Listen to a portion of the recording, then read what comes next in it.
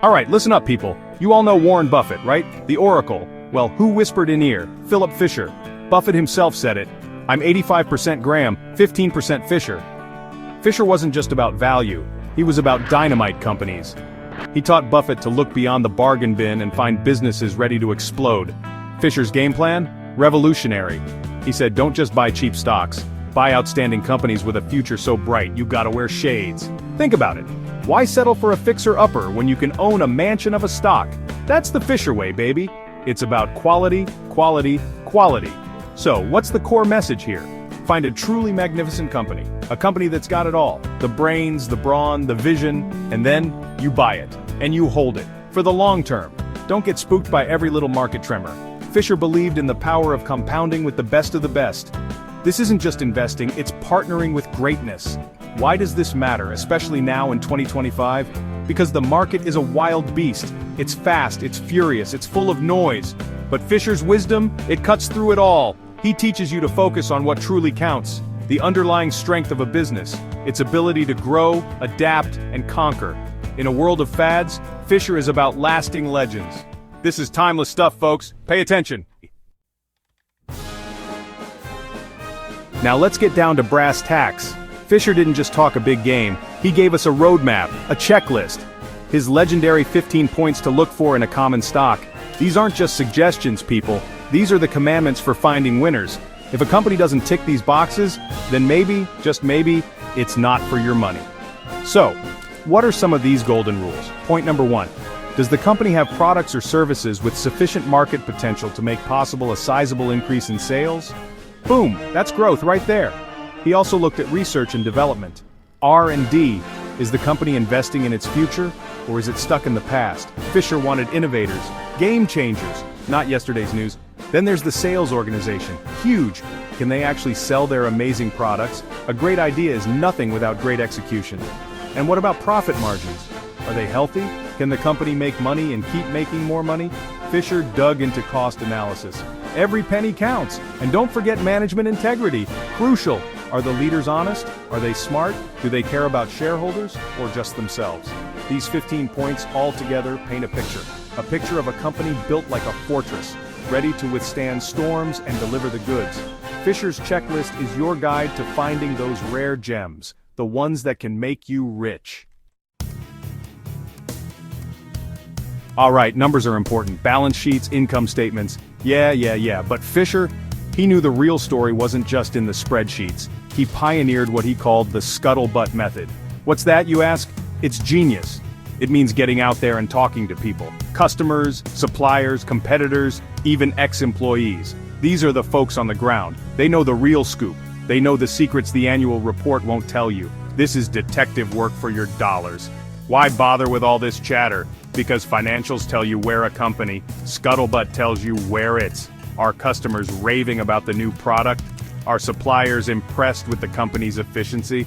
Are competitors shaking in their boots? These are the clues to future success. Fisher knew that qualitative analysis, the touchy-feely stuff, was just as important, if not more important, than quantitative. It's about understanding the behind the stock.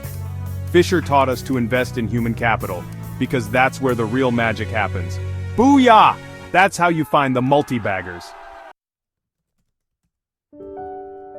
Section 4, the long-haul hitter, why Fisher championed patience. So you've done your homework, you found a superstar company. Now what? You buy it, and then, you hold on tight, for the long haul. Fisher was all about understanding a company's long-term potential. He wasn't interested in a quick flip. He was hunting for companies that could grow for years.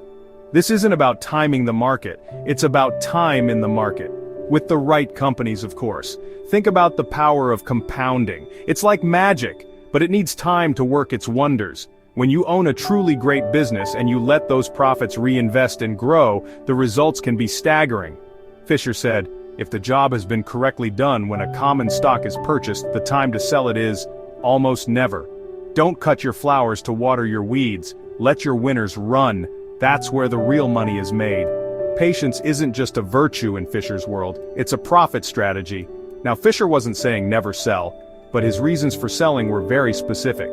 If you made a mistake in your initial analysis, or if the company fundamentally changes for the worse, If management loses its way or the business loses its edge, then yeah, maybe it's time to say goodbye. But selling just because the stock price went up a bit, or because the market got a little choppy, that's a rookie mistake. Fisher wouldn't approve.